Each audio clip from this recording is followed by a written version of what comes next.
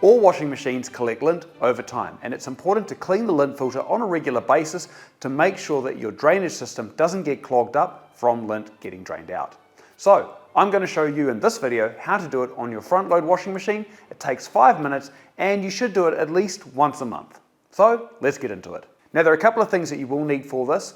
One, a couple of old towels, just in case you get any excess spill, and a small container to catch the water as it comes out the drain filter. An ice cream container works reasonably well, but you can use whatever you've got. Step 1, open the drain filter cover. This should be at the front of your machine at the bottom right hand side.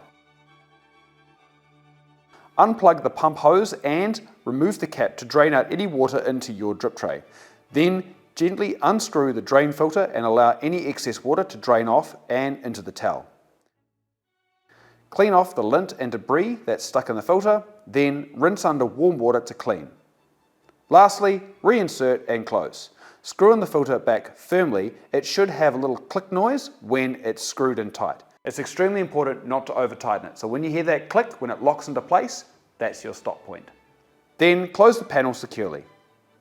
Now it's important to make sure that you are cleaning the drain filter on front load washers once a month. But if you've got pets or lint heavy items of laundry, then you should probably do it more often. It's also a good idea to do this if you find that your washing machine isn't draining properly, as it might be clogged up inside that drain filter. And that's it. For more information, check out Panasonic.com. You can also download a digital copy of your instruction manual from our website. Thanks for watching. See you in the next one.